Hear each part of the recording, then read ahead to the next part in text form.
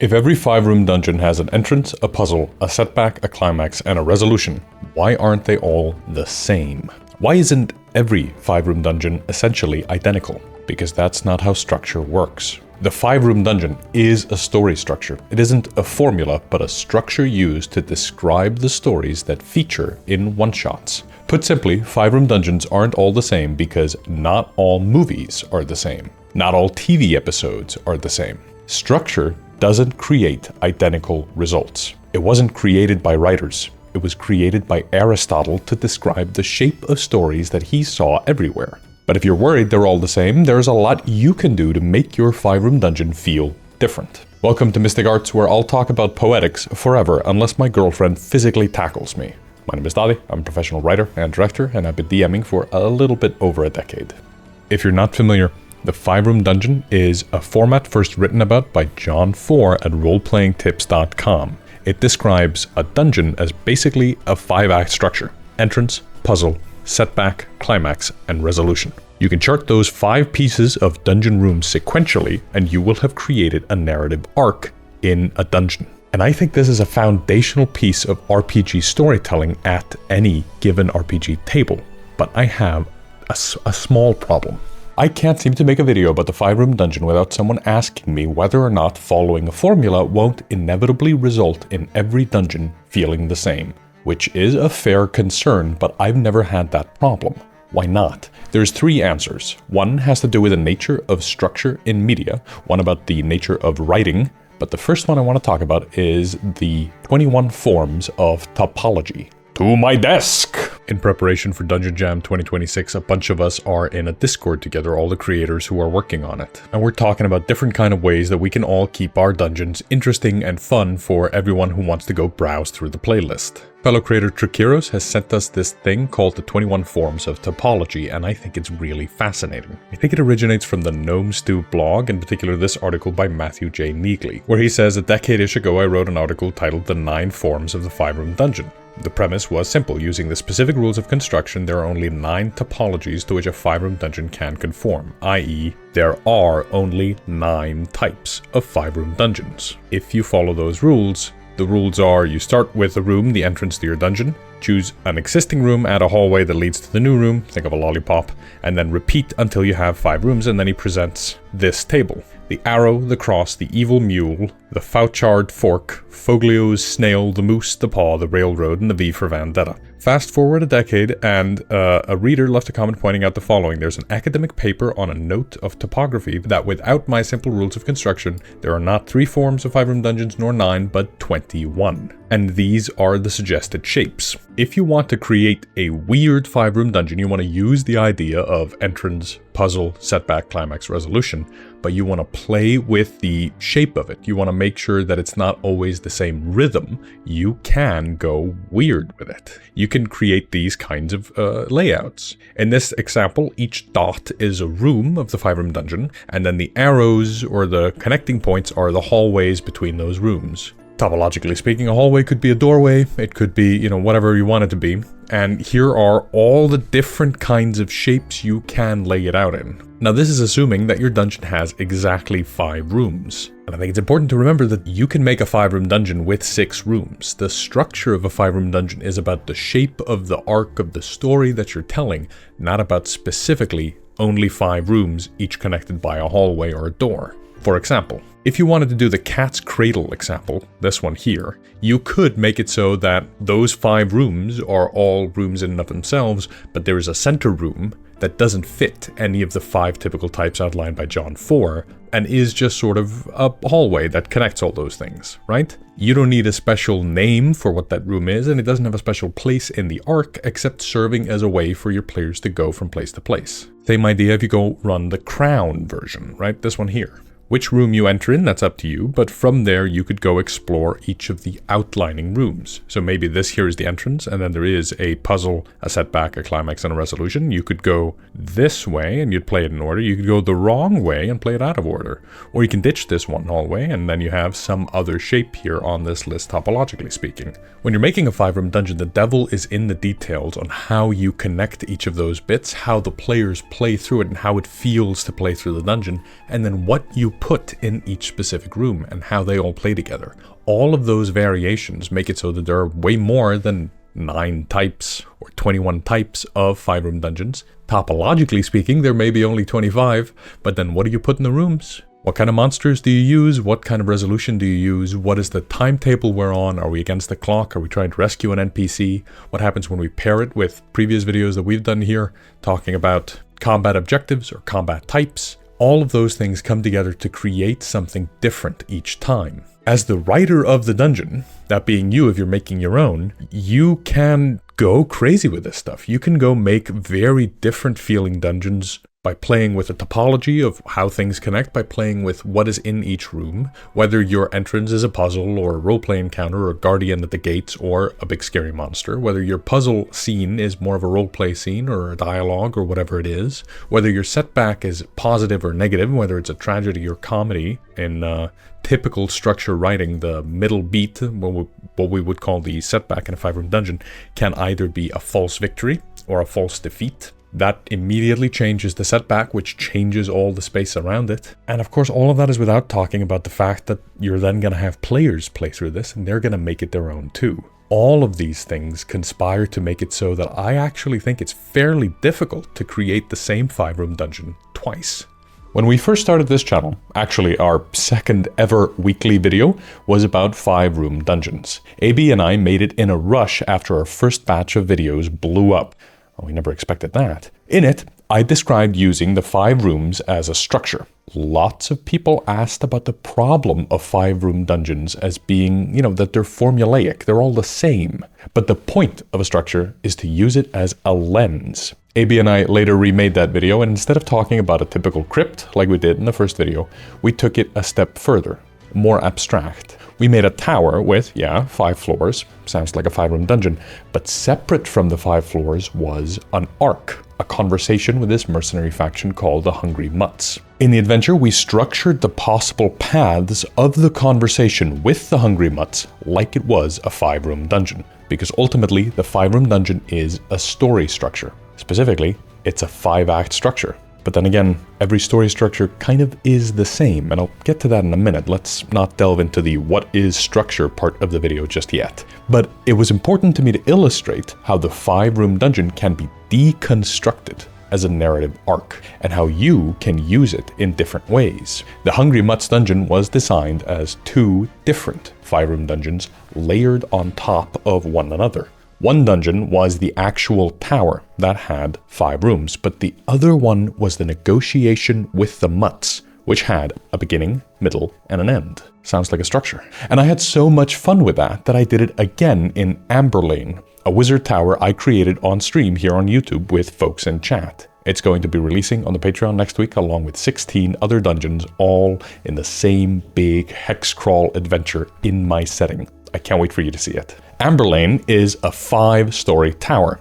Again, sounds like a 5-room dungeon, but the tower structure isn't tied to the rooms. We designed the adventure to be unrelated to the 5 actual rooms of the actual dungeon. They were just sort of 5 metaphorical rooms, 5 scenes. A room is just a scene. A dungeon is an episode or an arc. In Amberlain, the quote-unquote 5-room dungeon is as follows. Entrance. There's a mimic door. Easy. 2. Puzzle. Finding out how to undo the effects of the amber on the tower, which involves casting healing magic on the homunculus in the tower. Setback. The wizard stuck in amber is secretly a kind of changeling called a Veilborn, but he lies to you, saying that he is the real wizard of the tower. A trick. A fairy trick. Climax. Finding the real wizard and the confrontation between the 2 wizards. Who do you help? Which one's the real one? That's up to you. Resolution. Whichever wizard you help, you may get some rewards, magic items, and progress the story further. Learn the secret of the Ashwood Forest. Those 5 things, those aren't rooms, but the shape of a story. There are still rooms in the tower to explore, some with extra combat or loot or whatever inside. That's the beauty of story structure. You can play with it, deconstruct it, invert it, analyze it. When you start doing that, the formula is gone. And then you're playing with structure as if you were a writer. I think it's important to remember that structures aren't formula. They're related, but they're not the same. Formula comes from formulaic filmmaking or formulaic media, where you are essentially trying to make sure that you hit certain beats. In those instances, the formula is what comes first. In Law & Order, for instance, the first half of the show is about the police officers and the second half is about the court case. That's a formula. You need to figure out who the murderer is in the first half and then prosecute them in the second. In those instances, you are trying to work out the story based on the requirements of the formula you have created. But structure is a whole other beast. The origins of structure didn't come from a screenwriter trying to make their life easier. They came from Aristotle, who was observing theater. He was watching it and trying to reverse engineer what beats stories tend to hit. In those instances, the structure came after the formula. And that is the case for all structure. And there are so many types of structures. They kind of sound baffling if you're getting into screenwriting or whatever for the first time, that you start to think that these numbers actually matter when they don't. That structure is used to signify after the fact where the problem areas are. For instance, a 3-act structure is usually defined as having, well, 3 acts, but crucially the second act is the longest. It is doubly as long as any of the other acts, each act taking up 25 minutes, except the second act in a movie takes up 50. Or it's 30, 60, 30 for a 120-page script. But if the second act is twice as long as the other 2 acts, why isn't it called a 4-act structure? And then there is the also incredibly common 5-act structure.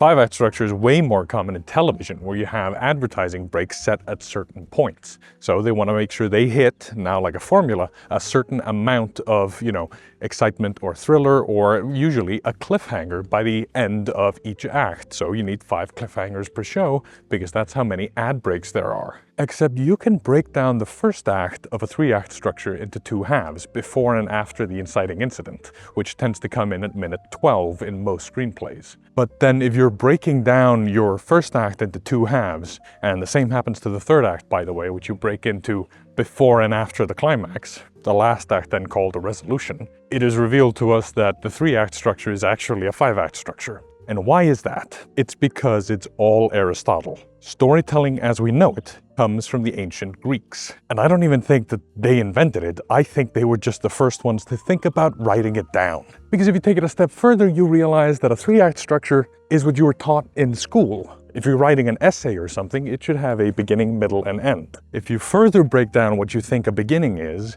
it's setup, and then it's leading into the story, 2 halves. First, just setting up the world, second, setting up the story. The middle, you make the bulk of your argument, and then by the end, you reach a climax and a resolution.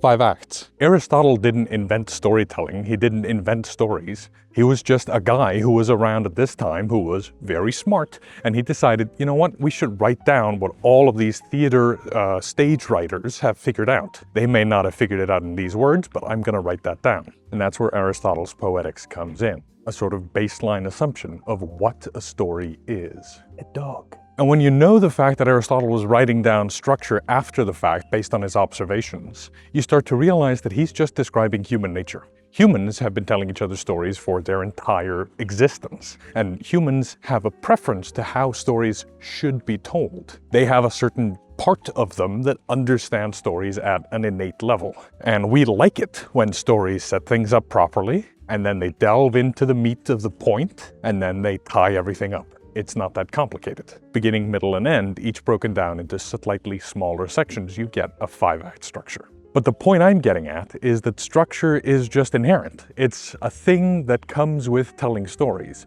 and it's useful to us as a tool when we use it to tell stories. Cat. Hey buddy. We're going on a quest about stories. So then what is the purpose of something like the 5-room dungeon? Well, it's mostly just there so that you know, am I hitting those beats? Then it becomes a little formulaic, right? But you can also think of a dungeon in your mind. Think of a story you want to tell. Think of a narrative you want to explore in a location-based adventure. Write it down and then look at it. If you don't like it, you think to yourself, what am I missing? You use it as a tool of analysis. The 5-room dungeon is just there as a tool for you to wonder, shouldn't there be a resolution? Shouldn't I put loot in here? Is one fight enough? Maybe. If it serves as a climax, it's certainly enough. Do you need more? I don't know. I think it's really healthy to think of something like the 5-room dungeon as a questionnaire for you to wonder whether or not you like the thing you made.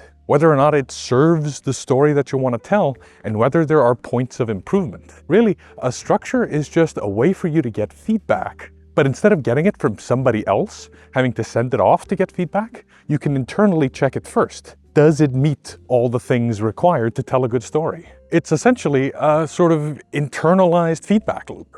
One that you can just check yourself to see, did I do a good job? And what's especially great about the 5-room dungeon is that all of those elements are questions posed to you. If every single entrance is always a fight, then yes, it becomes formulaic. If room number 2 is always a puzzle, then yes, it becomes formulaic. But the entrance can be a puzzle. Room number 2 can be roleplay instead. The setback can be a puzzle if it's difficult enough. It could be a trap. The resolution could be loot. It could be a sidekick. It could be a plot element. It could be an answer to a question you've been searching for. Each of these rooms is just wondering, do you have that element of a story? If you treat it as a formula, it becomes formulaic. If you treat it as a structure against which you check whether or not you told a story, it's just structure. It's a guiding hand from generations of humans that have been telling stories together this entire time. While talking about 5-room dungeons, I have to mention that the second video we did on the topic was only made because it was a part of the Dungeon Tuber Dungeon Jam. It was an event that sort of just happened. We found ourselves having started a conversation on the 5-room dungeon with a bunch of creators. And if you missed last year's Dungeon Jam, then let me recap. It's a Dungeon Tuber event where us creators all make 5-room dungeons for you, the audience, to use for free. Each video includes a dungeon you could just steal and run. Last year, 41 videos were uploaded. That's 41 dungeons you can use, and we're doing it again this year. Next week, starting on Monday, you'll be able to watch creator after creator make a dungeon after dungeon just for you. Starting us off will be James Introcaso of MCDM, and spoiler, I can't wait for you to see what he's got in store, and then to see everything that follows. See you all then, and see you all next week. Now you may think that's a lot of work to make all of these dungeons feel different, to make them unique from each other, and it can be. Writing dungeons and creating adventures, being a creative person, is a lot of work. But I think it's incredibly rewarding. I think it's a lot of fun. I love doing it. I also think it's easier to do once you have examples of what can be done and what other people have done, and then you start to get your wires turning. You're thinking, oh, I know what I'm going to do with this. I know what my version of this structure is. When we started this channel, we made a 5-room dungeon that we gave away. It was one of our first videos, and we have just updated the layout of it, and it is free. I'll put a link to it in the description. It is on the Patreon, but it's a free post, so all you have to do is be a free member of the Patreon and you can access it. And it looks a little bit like this. This is all Hail Gek, the cover and the credits. Here we have the opening spread. You can see there's this big map down here, and there's an outline for how to start this adventure, which assumes you're going to be running the Crown of the Fungal Queen adventure, which I think we're releasing next week. And here it's a 5-room dungeon, but it's got way more than 5 rooms in it, depending on how you count, maybe 10 rooms. But really, once you get into Gek's lair, all of these rooms adjacent to it become a part of Gek's lair, and these other rooms are just sort of adjuncts to it. And you'll notice there are all these little bubbles with me, my head that AB drew, explaining how to run the dungeon. We really wanted to make this be a dungeon perfect for new DMs who've never tried to play the game, who don't know how the game works, and they don't have to spend a nickel. It's free, it's on the Patreon, I'll put the link in the description. Lots of folks on the Discord, on the Mystic Arts Discord, have already tried it and they've had a great time with it. They've reported the success. I know that so many people have tried this and just found it to be really easy to run, and it creates lots of different ways for players to engage with the dungeon. So if you want to see what kind of adventures I write that are up on the Patreon, you can go check this one out for free. This video isn't sponsored, but this is the best way to support the channel. So thank you so much. Back to the show. Of course, you don't need to do 5-room dungeons. Maybe you've given it as much of a try as you're willing, and they're just not for you. That's okay. Maybe you find them formulaic no matter how much you play with them, and that's okay too. You'll run the games you want to run. You don't need this video. Mega dungeons are a lot of fun. So is the more standard sort of modern event-based game where the heroes do a fight every day against the Devil Lord destroying the world. You can do any of these things. Don't let my zealousness for the 5-room dungeon get to you. You're encouraged to disagree and make up your own mind. But I find structures fascinating because they crop up everywhere. No matter what you're doing, it's not some kind of conspiracy or Hollywood or something. It's human nature. Us people have been telling stories for as long as we've been talking. Human society is built around storytelling. Who's the good guy? Who's the bad guy? the main hero, propaganda, religion, politics, and of course, media. It's all storytelling, and storytelling has certain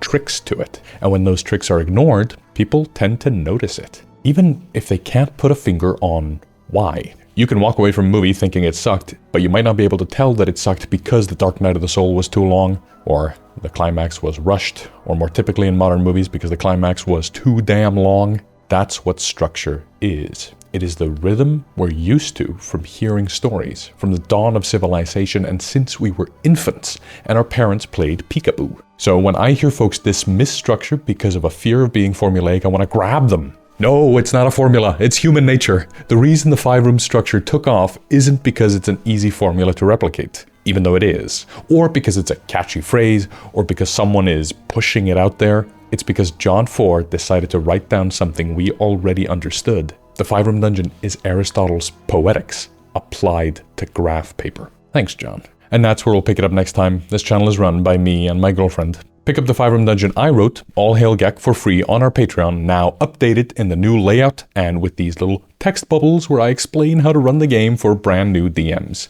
And if you're especially generous, like the video, comment, share, subscribe, and hit the bell to be notified when we release new videos. And until next time, keep studying the mystic arts.